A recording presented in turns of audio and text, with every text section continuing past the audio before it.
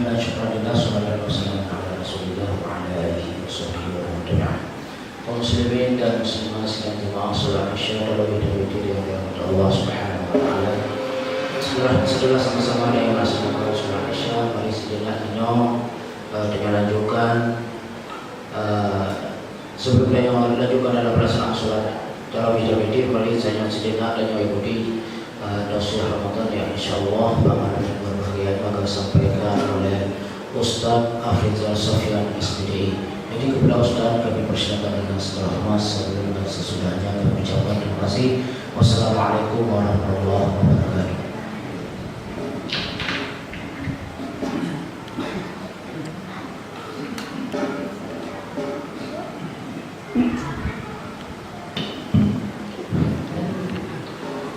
Bismillahirrahmanirrahim.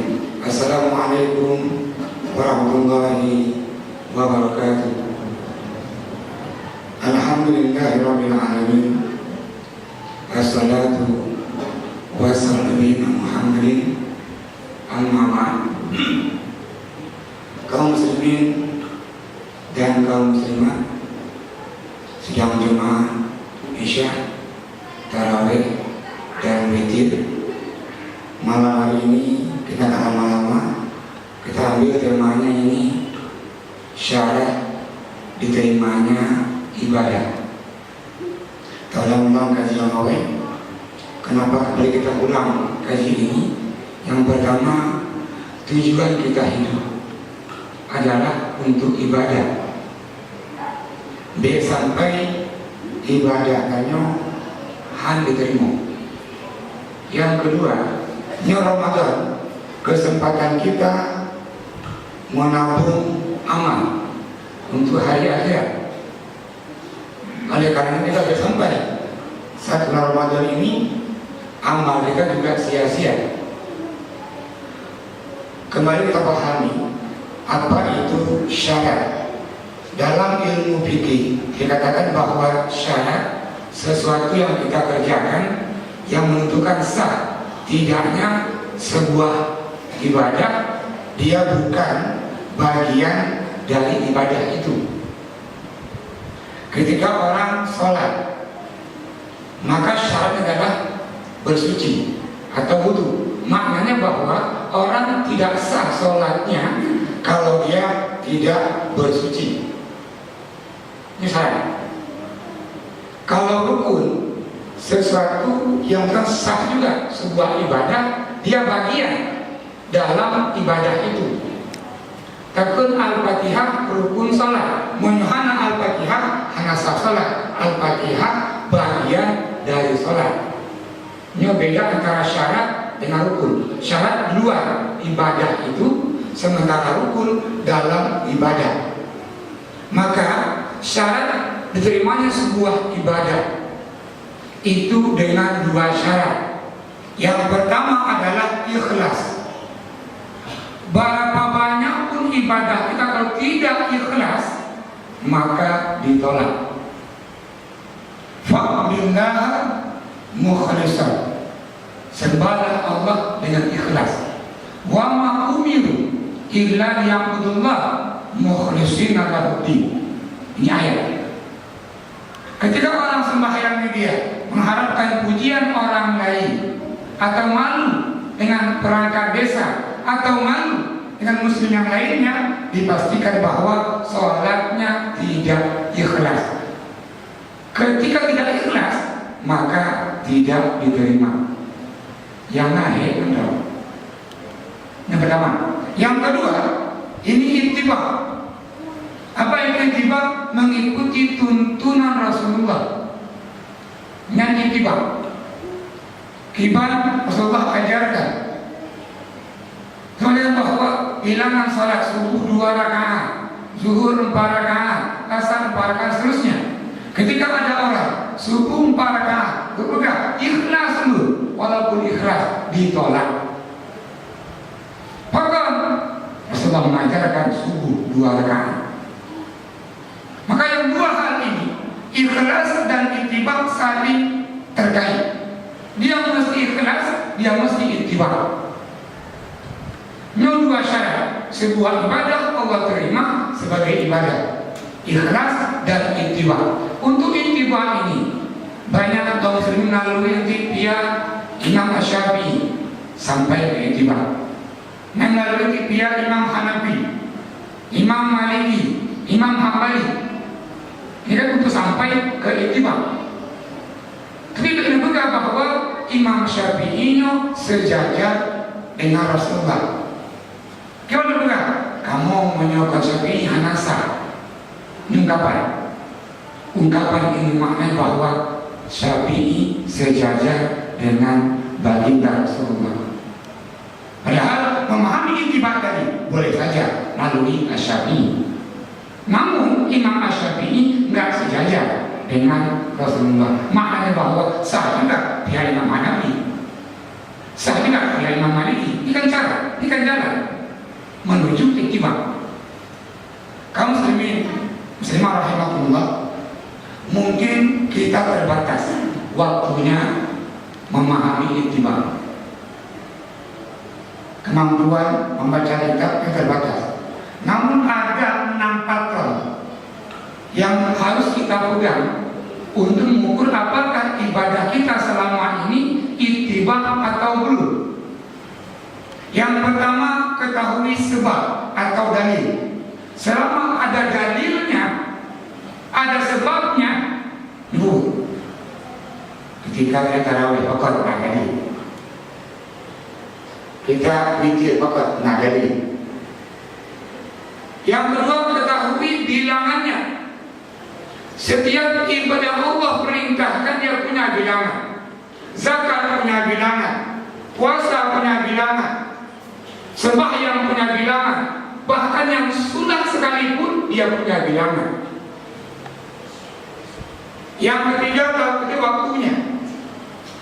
Lagi-lagi, setiap Allah perintahkan sebuah ibadah terikat dengan waktunya. Mau ngambil haji, Zulhijjah. Mau puasa wajib, Ramadan. Ini waktunya.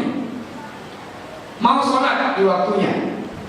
Hari ini asar jam 4 lewat 8 menit. Nah, kalau saya asar opur, nggak sah. Kenapa nggak sah? Waktunya belum masuk. Yang keempat, tempatnya. Lagi nanti, setiap ibadah Allah perintahkan punya tempatnya. Kalau mau haji di Mekah, dan negara Istiqlal, Jakarta Istiqlal, itu bukan haji namanya. Kalau mau iktikaf 10 akhir ini silahkan. Di mana? Sudah ajarkan di masjid yang ada Jumatnya, yang ada jamaahnya. Iktikaf bina kuburan, iktikaf bina krum. Dalam gua, maknanya tempatnya yang salah. Yang kelima, jenisnya. Setiap perintah punya jenisnya. Ada orang nggak punya uang, kurban memano. Hai Ustaz, dulu kurban memano. Ustaz, pertanyaannya adalah, apakah mano jenis hewan yang Allah wiyuk kurban? Yang Allah wiyuk unta, lembu, kambing atau domba, mana? Kalau begitu, mano nggak sah. Sebaliknya, sapi lele, nun kurban Ustaz mengkuda. Kalau mengkuda, lemah ini, lemah asoli. Pertanyaannya, apakah kuda jenis hewan yang kurban? Tidak. Yang terakhir, tata caranya. Setiap perintah dia punya tata caranya. Dan maaf cakap, yang kecil sekalipun bak kamar mandi ke toilet dia punya tata caranya. Bagi yang lainnya, kalau begitu dirumus lagi aturannya. Ketahui dalilnya, ketahui bilangannya, ketahui waktunya, ketahui tempatnya, ketahui jenisnya, dan ketahui tata caranya. Kaum muslimah rahimahullah, ini kan kita ukur zakat fitrah, apakah itu ittiba atau tidak. Yang rumus ini, yang pertama dalilnya, zakat fitrah dalil mahal. Nabi Rasulullah bersabda, "Faradul Rasulullah zakat al-fitri min Ramadan sawa'an min tamar, sa'an min sya'ir. Salat mewajibkan di Ramadan zakat fitrah 1 sok dari gandum, 1 sok dari kurma. Kata alal hurri wal abdi, yang merdeka, yang hamba sahaya, wal zakari wal unsa, laki-laki, perempuan, wal sabir wal kabir, yang muda, yang raib. Kalau begitu tidak dikata zakat fitrah nada ini. Yang kedua, berapa bilangannya? Rasul menyampaikan so'an min tamar wa so'an min sya'ir, 1 sok. Semua ulama sepakat, semua mazhab sepakat, zakat fitrah itu 1 sok. Hanya saja berbeda ketika diukur dengan kilogram. Kok berbeda? 1 sok Madinah nggak sama 1 sok Mekah, sehingga berbedalah pemahaman ketika diukur dengan kilogram. Nah, yang pegang 1 soknya 2,3 kilogram. Nah, yang pegang 1 soknya 2,5 kilogram. Nah, yang pegang 1 soknya 2,7 kilogram. Nah, urinco 2,8, lebih aman. Nah, yang cok kilo, yang lebih aman. Ini bilangan zakat fitrah. Kalau kita mau jujur, apa tujuannya? Islam mengatakan bahwa zakat fitrah itu tujuannya yang pertama adalah tuhratan nisai minar rabbas wal lawi, mensucikan orang-orang yang berpuasa dari apa? Perbuatan yang sia-sia atau ungkapan yang keji. Tengok puasa duhur kalau loh campur dengan zakat fitrah. Ini tujuan pertama. Tujuan yang kedua, tuhmatan lil fuqara wal masakin, memberikan bantuan ke fakir, ke miskin. Yang ketiga, kapan waktunya? Zakat fitrah wajib hukumnya gelapnya matahari akhir Ramadan sebelum sholat Id. Pakainya dengan bunyi hadis, wa man adaha qabla sholati fa hiya zakatun maqbulah. Yang berbeda zakat fitrah, semua kolom sembahyang Id itulah zakat yang Allah terima. Berarti waktu yang wajib tenggelamnya matahari akhir Ramadan sebelum sholat Id. Waktu yang sunnah 2 hari sebelum Id. Pakai kurang lebihnya hadis dari Anas bin Malik. Kata beliau, nahnu fi ahdi Rasulillah nuhda zakat yaumaini qabla Id. Kata Anas, kami jadi zakat di Ramadan 2 hari sebelum Id. Ini waktu yang sunnah. Namun masuk Ramadan wajib, maka ini waktu yang jawaz, yang boleh. Karena zakat fitrah dia ada di Ramadan. Masuk Ramadan kaji beli zakat fitrah itu waktunya jawaz. Waktu yang makruh, bunyi hadis, wa man adaha ba'da sholati fa innaha shadaqah. Yang beri zakat pada sembahyang Id itu dianggap sedekah biasa. Ini waktu yang makruh. Nah, zakatnya waktu yang haram. Kapan haramnya? Tenggelam matahari di yaumil Id. Nah, sudah haram hukumnya mengeluarkan zakat fitrah. Kalau itu secara waktu ada di waktu wajib, waktu sunnah, waktu jawaz, waktu makruh, dan waktu yang dia haram. Ini waktunya. Yang paling tempatnya pada beli. Kita boleh keluarkan zakat fitrah ini langsung ke si fakir, langsung ke si miskin, antar ke rumahnya. Itu tempatnya rumah si fakir. Kalau kita punya amir, maka tempat nanti tempat amir, pak amir, bang nasab, bang masjid, di tempatnya. Terus apa jenisnya? Bunyi hadis, so'an min tamar, so'an min syahid. 1 sok makanan pokok. Orang Arab makan pokoknya kurma dan gandum, kita beras.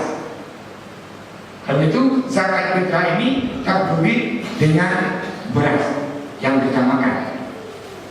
Namun Imam Hanafi membolehkan dengan senilai atau dengan uang. Imam Hanafi membolehkan ini pun juga dengan alasan yang pertama, taisiran ala muzaki, memudahkan muzaki. Yang kedua, liyasudda hajatil fuqara'i wal masakin, menutup kebutuhan fakir dan miskin. Fakir miskin juga butuh dia pakaian, juga butuh dia sandal dan seterusnya. Nah, pakal Imam Hanafi membolehkan.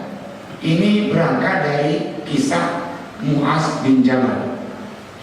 Baginda Rasulullah mengirim Mu'az bin Jabal ke Yaman dengan tujuan memungut zakat di Yaman. Orang-orang Yaman ini pedagang, kan nggak punya gandum, nggak punya kurma. Nah, kata Mu'az bin Jabal, berikan saya pakaian senilai dengan zakat yang nak beli. Nah, Mu'az bin Jabal membawa zakat ini ke Madinah. Sampai ke Rasul nggak melarang. Inilah dalil kenapa Imam Hanafi membolehkan zakat fitrah itu dengan uang. Kalau begitu, jenis zakat ini boleh dengan beras, boleh dengan uang. Boleh dikatakan lebih utama dengan beras, namun tidak kurang ngonteng hanasa. Langsung boleh kita anjurkan zakat fitrah ini dengan beras, namun tidak juga bahwa zakat fitrah ngonteng hanasa. Dia melampaui Imam Hanafi. Kaum muslimin muslimat rahimahullah, yang terakhir, bagaimana tata caranya yang banyak berkembang di daerah kita ini. Ketika seorang muzakin akan zakatnya kepegang, nyo zakat yang Allah wajib ada kamu sekeluarga, hukum bak tengku sambil jabat tangan, seakan-akan bahwa zakat fitrah itu dia ada ijab kabul. Rasulullah mengajarkan bagaimana cara tadi menyerahkan zakat, menerima zakat. Yang pertama, muzaki tadi berniat. Setelah berniat membaca doa. Apa doanya? Allahumma ja'alhu mughnaman wa la taj'alhu mughraman. Ya Allah, jadikanlah zakat ini simpanan yang berguna, jangan simpanan yang sia-sia. Itu doanya. Kalau mau katakan muzaki, doanya adalah Allahumma ja'alhu mughnaman wa la taj'alhu mughraman. Yang menerima zakat, doanya adalah ajarakallahu fi ma'aqaita, semoga Allah memberikan pahala ganjaran apa yang kau keluarkan. Wa barakallahu fi ma'abqaita, memberikan berkah harta yang tinggal. Waj'alhu laka tahura, semoga zakat ini membuat kamu menjadi orang yang suci. Kaum muslimin, kaum muslimat rahimahullah, ini cara menyerahkan zakat dan menerima zakat. Nanti kalau nggak hafal doa ini akan saya ketik nanti, misalkan ketik ilmu akan bagikan nanti doa-doa menyerahkan zakat dan menerima zakat. Supaya apa? Zakat kita ini termasuk simpanan yang berguna. Kalau sambung ini siapa sih yang berhak menerima zakat? Waktu cukup panjang, 8 seni. Siapa itu fakir, siapa itu miskin, sampai siapa itu riqab dan ibnu sabil. Insya Allah dalam kesempatan diterangkan nanti siapa fakir berapa hak dia, siapa miskin berapa haknya, siapa amil berapa haknya, dan seterusnya. Namun yang terlihat bahwa setiap ibadah yang kita amalkan ini ukurlah dengan patron ini. Selama dia terukur, laksanakan, itu iktibar. Kalau dia tidak terukur, maka ini menjadi amal yang sia-sia. Contoh yang tidak terukur, berkembang sekarang ini fidyah sholat. Ulama umum mereka dengan sembahyang, maka ahli baitnya, ahli warisnya berduit fidyah sholat. Kalau kita lihat ayat, kita menemukan ayat. Kita lihat hadis, menemukan hadis. Yang beriukannya fidyah sembahyang. Namun pakai hukum, sebagian orang ini mengamalkan adanya fidyah sholat. Ini ada dikutip dalam kitab Fathul Mu'in. Katanya bahwa orang yang meninggal dunia yang meninggalkan sholat ketika hidupnya, mau dia wasiat atau tidak, maka dia membayar fidyah. Maka Imam Subki mengamalkan ini untuk kali kerabatnya. Saya penasaran, Pak Becok Imam Subki dalilnya termaktub dalam kitab Al-Faidah, namun bukan bab sholat, bab puasa. Ternyata Imam Subki mengambil dalil ini dari ayat puasa, wa 'alal ladzina yutiqunahu fidyatun ta'am miskin. Orang-orang yang mampu berpuasa maka dia membayar fidyah. Namun semua mufassirin, semua fuqaha selain ini memahami bahwa ini ayat puasa bukan sholat. Oke lah, coba tulis lagi tadi, tapi jadi. Yang kedua, berapa ukurannya? Hanya kalau salah. Kalau dia ukuran sehari nggak puasa, satu mudnya 675 gram. Dalam sehari sedang 5 menghitung cocoknya nardo.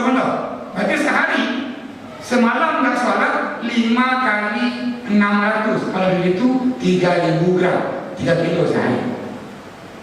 Setahun nggak sholat, letuh 65 kali 3000, hasilnya 1250 gram. Kalau seandainya 1 kilogram harga beras 10.000, maka setahun nggak sholat, menyona menurut sembahyangnya diuangkan 10.250.000 rupiah. Itu bilangannya. Nah ulang tuh, ada umur 60. Kau masa balik, membelah tuh. Nah umur 45 tahun, 45 kali 1.250 atau terkiakan 45 tahun kali 10.250 kurang lebih 45 tahun, maka fidyah sembahyangnya 50 juta. Lain kami dengan kahek mbak pertempatan pahalatan. Kenapa tidak ada dalilnya? Yang ketiga, kapan waktunya? Ini pun juga nggak jelas. Namun, baginda Rasulullah mau mengenalkan jenazah yang dia berhutang. Kita anggaplah ini, yang mana sembahyang melakukan hutang. Kalau begitu, dibayar fidyah sembahyang ini sebelum mayit dikuburkan.